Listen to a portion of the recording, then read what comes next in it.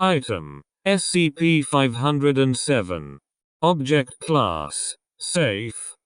Special Containment Procedures: SCP-507 is allowed free roam of the facility, obviously barring anything that would breach security or safety protocols. Anytime SCP-507 leaves its private quarters, it must be accompanied by an agent, mostly at this point to make sure that it does not shift without the facility's knowledge. SCP-507 should not be physically touched if there have been more than 2 weeks since its last shift. The risks inherent in disobeying this protocol make the action its own punishment, should the issue of disciplinary measures ever come up.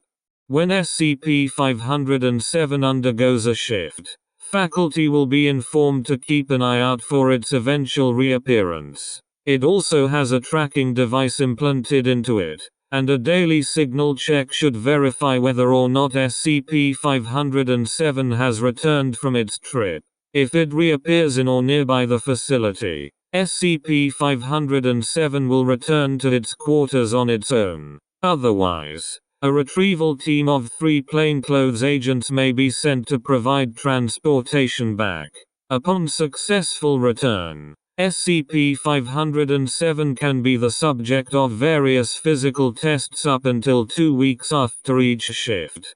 It is worth noting that SCP-507 is allowed a computer with an internet connection, via a proxy which strictly limits what information can be uploaded, and to where, in its room, and may petition to use Meet with ACT as a test subject for safe or Euclid SCPs that do not affect mental functions negatively or carry an infectious trait.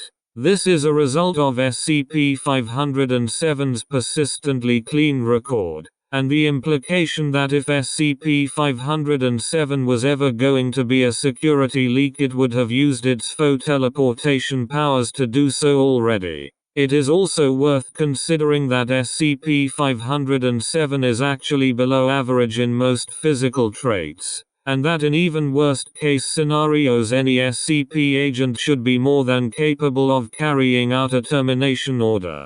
Description: SCP-507 is a Caucasian male with blonde hair and green eyes, sporting no other outstanding characteristics besides being somewhat overweight and speaking with a vague accent of disputable origin. Although SCP-507 has an already established name due to its unremarkable upbringing, it seems to find entertainment in forcing those it meets to give it a nickname in lieu of divulging this information. Thus SCP-507 will now respond to the names Tommy, Steve, Bruto, Guy, Houdini, and Grabnock the Destroyer.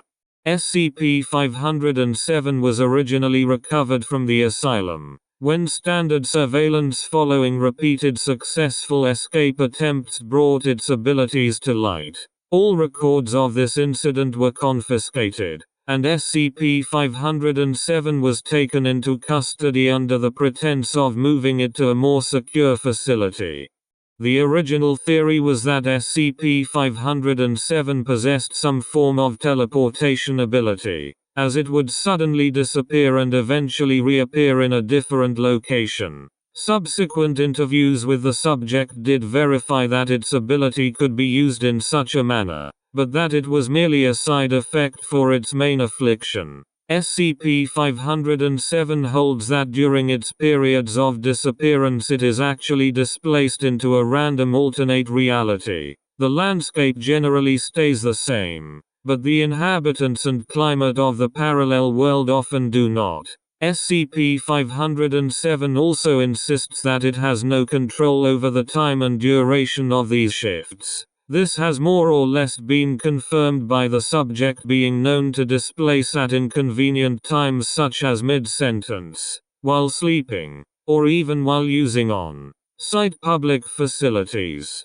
If SCP-507 moves about in the alternate world, the eventual shift back will then place it at the corresponding area in our reality. A sample list of SCP-507's descriptions of alternate realities can be found in Document 50700.